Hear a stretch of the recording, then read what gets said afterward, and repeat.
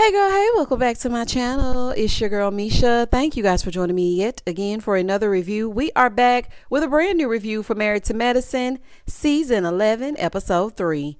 I don't know why I feel like we've been watching this for longer than 3 episodes, but we haven't. If you are new here, then welcome. I give lighthearted reviews with a little bit of laughter and a little bit of shade and a whole lot of detail. If you're back for a second or third time, then welcome back. Y'all, please don't hesitate to like, comment, and subscribe to the channel. Share with a friend. Hit that notification bell so that you will be updated each and every time I upload a video. Now, child, let's get into it if we gonna get into it. When the episode first opens up, we see Dr. Jackie at her practice. Honey, you know we're gonna always see Dr. Jackie in the opening at that office. We see Dr. Simone and Cecil with the boys. The place is a pigsty. We see Sweet Tea and Dr. G at home being gross. No, thank you. Honey, I don't want to think about Dr. G hunching. I just don't. I do not. Over on the other side, Quad is at home cooking breakfast for her king. I mean, his name is literally King. But I was watching Quad make... Quad, did you put lemon pepper in them eggs? Now, Atlanta must be stopped. Because I could have sworn, baby, that was some backwards lemon pepper seasoning. I said, girl, not lemon pepper in the scrambled eggs, child.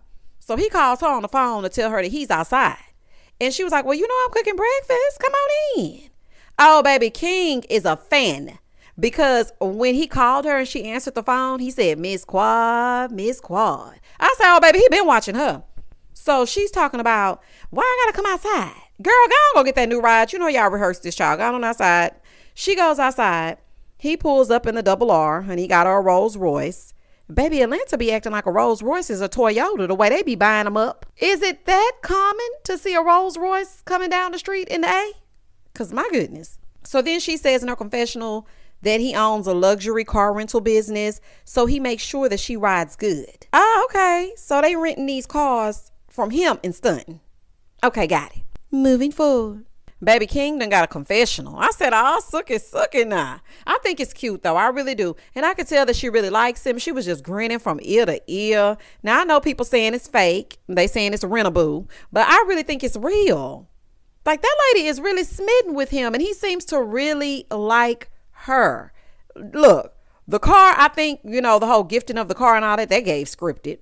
But I do think that their relationship is really real, and she wanted to keep him a secret until she figured out whether or not it was gonna be something. And then when the people started saying that, you know, she went over there and hugged Dr. G's neck, she sure was like, let me bring my man out, y'all. Y'all ain't finna play in my face.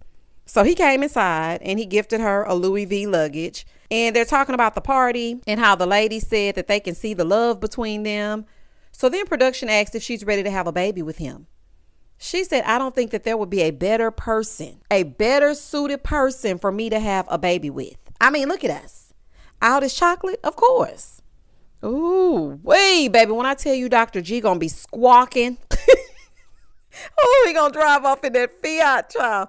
Oh, this is gonna be a mess, honey. He gonna get in that Mini Cooper and get to watch my dust. When I tell y'all he gonna skirt, Sweet Tea gonna be looking for him in the daytime with a flashlight. Now I see why Dr. G was squabbling on that beach. Okay? Because you know he begged for a baby, and Quad wouldn't do none of that. She wouldn't do nothing but cook him that salmon and yell out for them dogs. Corey, Chloe. Baby, she was not giving a baby. She was not. So now she over here with this young man, and she wants to have a baby. So they're in the kitchen and they talking. And she's telling him that the doctor said that they can start trying to make a baby in 2 weeks. And she wants twins. I mean, I guess she not worried about getting the marriage this time around.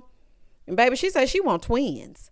It's a race to labor and delivery between Quad and Sweet Tea. Baby, this right here is a fool. Now, I'm actually shocked that she's being so open to it, because she just seemed like the person who wanted to be the rich auntie and not the actual mother. But I guess when you know, you know. And certain relationships bring out different aspects of people. It happens all the time. So, honey, we gonna see. Now, she did say in her previous marriage, it was not the right situation. She said it was nothing but strife. Yeah, her and Dr. G were not a match. They antagonized the heck out of each other. They did not like each other. I think she was the trophy wife. He wanted something hot and cute and young. And he was the man with the money at the time. That's what it gave me. Quad liked Dr. G and his check in the beginning, but she wasn't attracted to that man. That was her starter marriage. Okay, he was her free trial. And now she paying for the subscription. In the next scene, Eugene is over at his office and Toya and their son Avery show up. Oh, Toya and Eugene's kids are so handsome. He looked just like his mama. Just like his mama. So Eugene is telling him that the table behind him is where he does his work. He said, I'm going to ask you a question. What is the female hormone? That poor baby said, the vagina.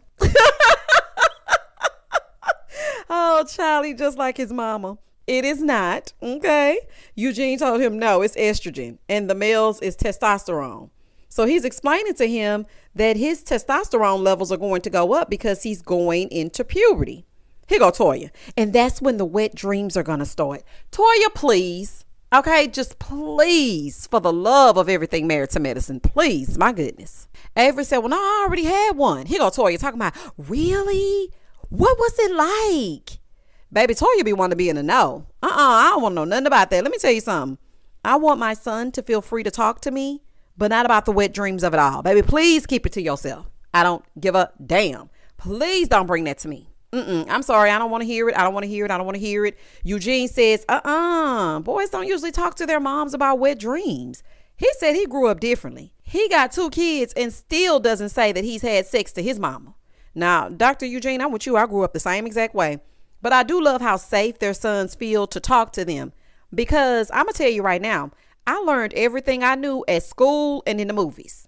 And I'm talking about the kind of movies with the squiggly lines in them and you tried to see through it. Because, you know, they were hunching on there and you could hear it, but you couldn't really see it. That's how I learned. That's how I learned about the sex, honey. But I don't care. I mean, I'm going to talk to my son, but I don't want to hear nothing about no wet dream child. That's just too far. It's too weird. I don't like it. So after he leaves, they start talking about the services offered at Eugene's clinic. He says he offers weight management, hormone replacement therapy for men and women. And he's been open about 3 months. And I think that's awesome. You know what? Eugene was working some long hours. So him being able to set his own hours and be his own boss, that is great. Plus, he looks good this season. You could tell he doing weight management, honey. He's looking good. Okay, he's looking very good this season. So Toya wants to work on how they advertise. She says she worked for Procter & Gamble and she was a part of the advertising team and she wants to add Botox. Oh, yeah, baby. The ladies love them some Botox. Sheree will be the first person to sit down over there. Joggers. Go on. Jogger's going to be the first one in the chair, child.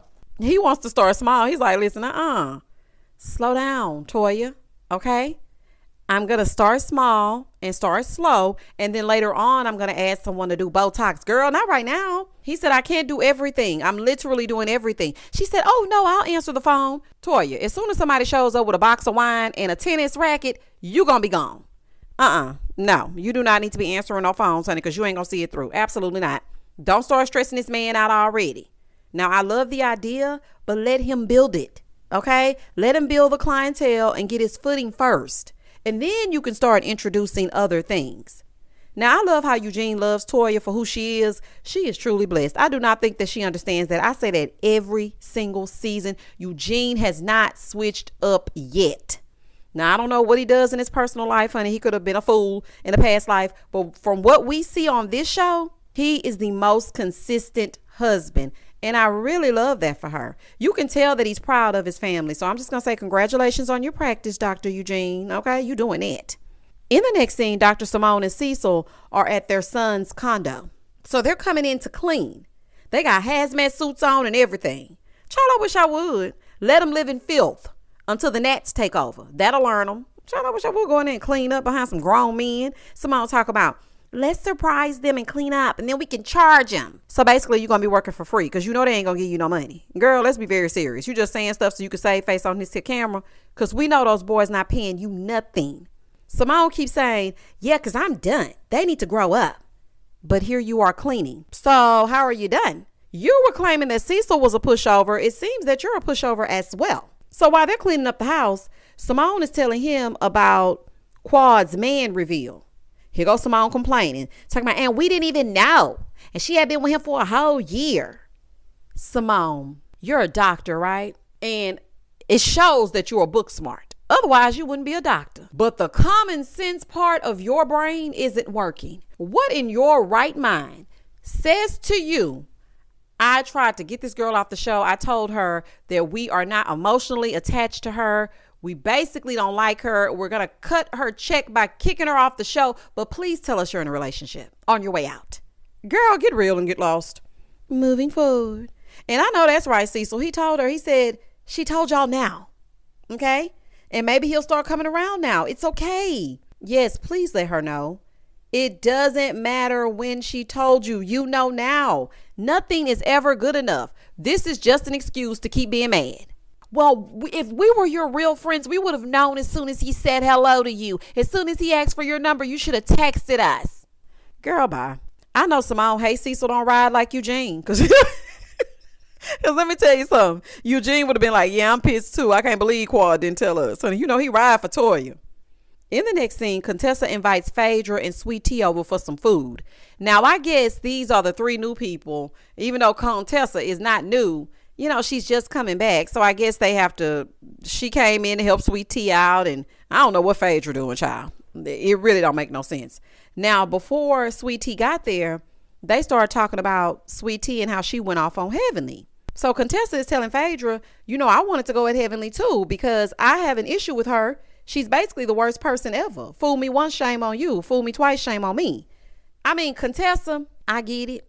I wouldn't want my friends sitting in the closet and talking on YouTube either. I really would not. But girl, we were all witnessing Scott acting a damn fool. That season was heavy for you.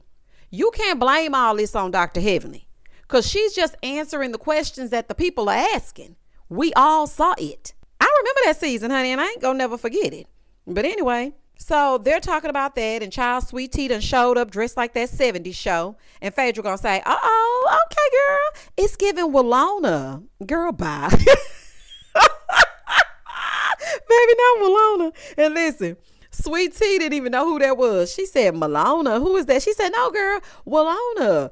Good times. Dynamite. So they start talking about Heavenly again and what she does. And Sweet Tea says in her confessional that Heavenly is emotionally abusive and it's stressful to try to produce a baby and these ladies are coming at you. And Sweet Tea, I'm speaking directly to you, honey. That is why it wasn't wise for you to come back. Why would you put stress on yourself like that when you are trying to create a life? It just doesn't make sense. Okay, y'all really could have set this season out. So then Contessa says, girl, yeah, because you know you missed the party, girl. We had a good old time. And so then Phaedra brings up Quad's man. Now, for whatever reason, they want to start talking about Quad. And as I was watching this episode, it dawned on me. If we don't do nothing else, we are going to hear a scene where they talk about Quad or they talk about Heavenly. But they never talk about each other. And Contessa and Phaedra, why would you sit with Sweet Tea and talk about Quad and her new man and her party? Why would you do that? Sweet Tea, I need you to wake up. Girl, wake the hell up. So Phaedra was like, well, I'm happy for her because she seems real happy. And again, why are you talking about that to this woman? Here goes Sweet Tea in the confessional talking about, oh, thank God. I'm so happy she got a man. Yeah, so your man can stop drooling over and that still ain't gonna work. Sweet Tea, you don't need to do that. Okay? You do not need to do that because, baby, she had yours once upon a time. Let's be nice now. Now, see, she ain't saying nothing about you. But see, when she does say something, then the people going to be in an uproar saying she being mean to you, but you started it. And let's not get on people being with the person for money. Because she was like, well, I just hope he has some money because you know that's all she care about. Girl, you need to sit this one out because didn't you say your favorite part about getting married to Dr. G was access to the money? If it ain't about the money. Didn't you say that? Girl, please. Okay. Don't think we forgot. So then Sweet Tea brings up Quad not inviting her to the party. Sweet Tea, we knew you weren't going to be invited, honey. It just didn't make sense. And I know everybody gonna say, well, Quad went to the bachelorette party, baby. Phaedra did that. Phaedra and production did that. Now, if production wanted Sweet Tea there, Sweet Tea would have been there. The same way Heavenly rushed up in her wedding when Sweet Tea didn't want Heavenly at that wedding. Production will make it happen if they want it to happen. They didn't want it to happen. Okay, so she wasn't invited to the party. She said she understood, but I think that her feelings were really hurt. Phaedra said, well, it's a lot of elephants in the room. So then Contessa wants them all to get together and maybe take a trip so they can reset. I mean, Sweet Tea agreed to it. They want to do some type of hoedown. And Phaedra doesn't want Napa to happen all over again. And I was just like, you sure? Honey, because it seems like Napa was okay when y'all was doing it. It's the backlash that y'all didn't expect. This is what's pissing me off. If Napa had gone as planned, everybody would be singing a different tune. But this season, because of the way they saw everybody being like this was just mean girl behavior, now all of a sudden, I don't want Napa to happen again. Napa was so bad. We don't understand what happened. Okay, moving forward. In the next scene, Dr. Heavenly and her son Zachary are at her practice. And you know her son wants to follow in her footsteps and work in dentistry. He's interning with Heavenly. Baby, interning with Heavenly and going through hell. I was like, oh, this is cute, but it started getting chaotic. I love that he wants to get the scene right and all this kind of stuff. He went in and introduced himself as a future doctor or a future dentist. And baby, he forgot to put the gloves on before he touched the thing. And I'm like, I like that he did go back and redo it though, because I cannot stand an old nasty, unsanitary dentist. I can't stand it. I will literally get up and walk out, because you have to understand, when things travel and your mouth is open, oh baby, that's a recipe for the ER. Absolutely not. The dentist is the one place that you need to make sure is completely sanitary. Everybody's mouth is open in there. Stuff is flying, particles flying all in the air, and then you go right in after them. And now your mouth wide open. They ain't cleaned up. They ain't sprayed nothing. Particles still flying. Absolutely not. Moving forward. So this man is trying to work, and here come Heavenly micromanaging him. She got him all nervous. He keeps calling her mommy. She's like, no, I'm Dr. Kimes. He said, okay, mommy. This is a chaotic mess. Poor man was sweating. Heavenly, you are making the poor man nervous. And then she got in a confessional talking about he different from all the rest of the kids. That's not nice. You shouldn't say things like that. All jokes aside, I don't like when parents say things like that, because kids internalize that no matter how old you are. I don't like jokes like that. Baby, don't joke at my expense, honey. Okay? Because I can go find somewhere else to intern. In the next scene, Dr. Jackie is at the office and she's seeing a patient with fibroids. Her name is Ryan and she plays in the WNBA. She has to have these fibroids removed because she wants to have a baby and they don't want any complications. And I'm going to tell y'all a story time. It's not really a story time. Listen to me. Fibroids almost took me up out of here during my pregnancy. It is a very serious thing. Now, I know they say that, Black women are more susceptible to getting fibroids than any other race. And that is the truth. Mine were so large that I was paralyzed because the fibroid was growing at the same rate as the baby.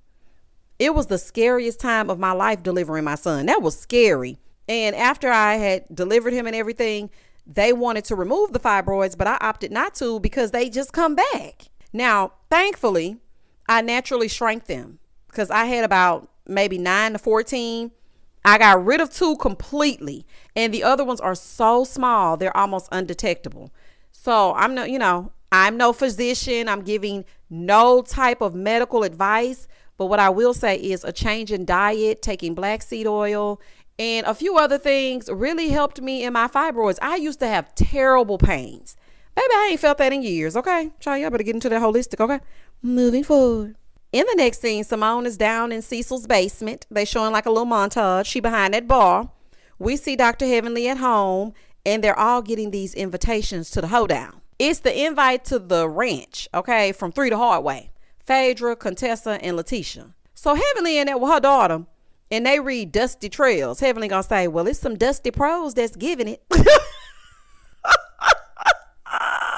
What is wrong with this lady? Ma'am, please stop talking about these women like that. That's why they can't stand you now. Baby, this gonna be a fool. Cecil is asking Simone if she thinks that it's going to be a chance for them to talk. Now, here goes Simone.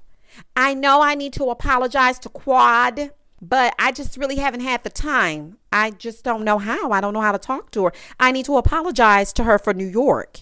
And, the conversation could go good or it could go bad. She said Quad wants an apology about Napa and she ain't getting Nathan. Okay? She don't give a damn. She don't care what the people say. They will not bully her into apologizing. This is the thing about Simone. We have seen this play out countless times. Simone wants you to come to her first. There will never be a time where Simone will come to you first. It's just even her lifelong friend, Dr. Jackie. She didn't even go to her first. Baby, she was so mad at Dr. Jackie that she was not even there when the kids graduated high school. And she's the one that delivered them. When Simone is mad, she is mad. And you got to come to her because she ain't coming to you. And that's the same thing that's happening right now. So for people that are like, well, Simone ain't wrong, she is wrong. She's been wrong in several different scenarios outside of this one. Same as Quad, because I don't think y'all hear that. Quad has been wrong plenty of times. She actually was wrong for leading that charge and getting Mariah off the show. But that's neither here nor there. That's just a side note. But Simone has done this countless times.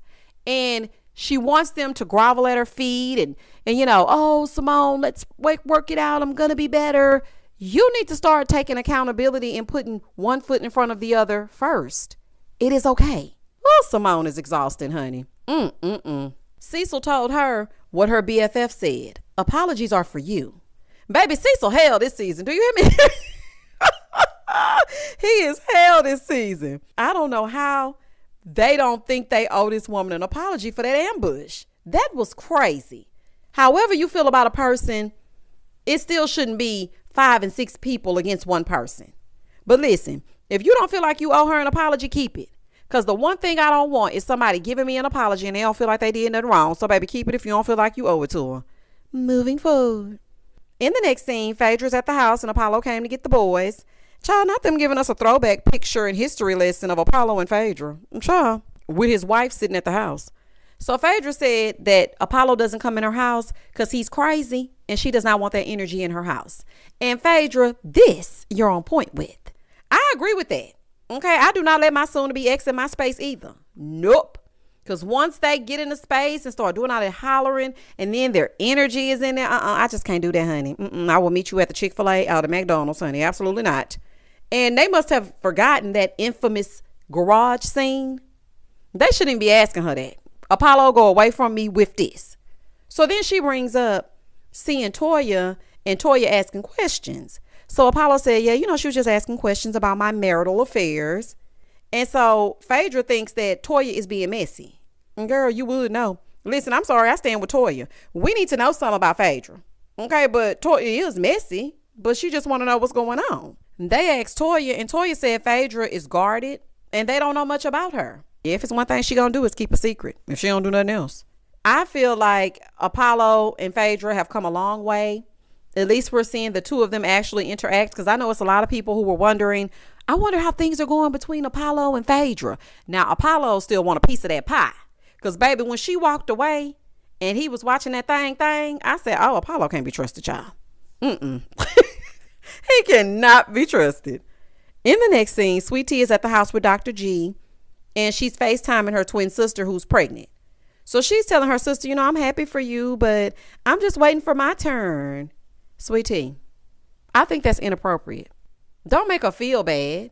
She probably already feels bad enough and like she can't share certain things because she knows how badly you want to be pregnant. Don't sit on the phone with her and tell her, oh, well, I'm happy for you and whatnot, but I wish it was me. Like, don't do that. So then Dr. G gets home. Hey, sir. And you know what's so funny to me? It's funny to me because he used to have a fit if he came in that house and Quad didn't have that salmon ready. Baby, Sweet Tea had 2 smoothies on deck. My, how the tables have turned. Honey, not a slushie. So, baby, they sitting down with the slushies and whatnot. He got up to go get a coaster so he could drink his dinner. She tells him when to drink his water. I'm just kidding. I just playing, y'all. Ooh, child. So they sit down and they're talking about everything that she has to do. And so she asked him, she said, when is the cutoff for you wanting a baby? And he said 2 years. Dr. G, that's a lot of pressure, which is not a good environment for fostering a baby.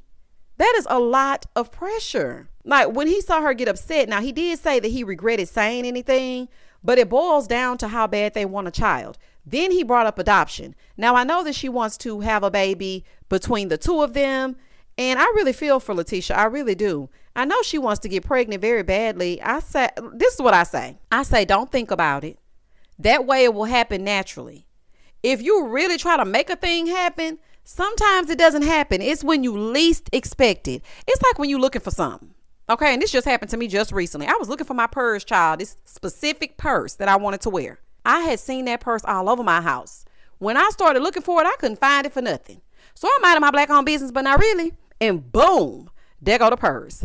You got to just let it happen, but don't think so much about it. And Dr. G is giving 0 tolerance, honey. Sir, your wife is still young. But see, this is what happens, Sweet Tea, because he's thinking about his age. That's why he cut it off at 2 years. Girl, you better get in another one of them Facebook groups to figure out how to navigate this. Child, this is a mess. In the next scene, everybody is getting ready for this glamping trip to Orlando. Heavenly is FaceTiming with Dr. Simone, and she's telling her that Phaedra came over there being messy about Contessa. And she was like, I thought me and Contessa was cool. I know you didn't think that.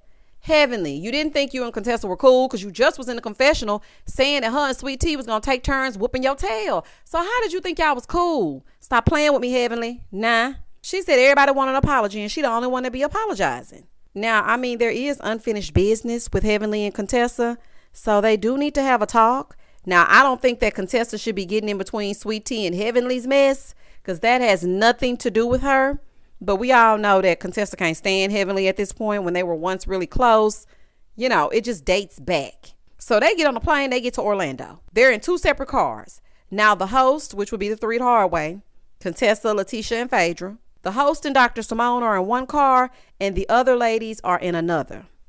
Baby, Dr. Jackie over in the other car leading them in prayer, because, baby, this ain't about to be one of them little lemon squeezes. Amen?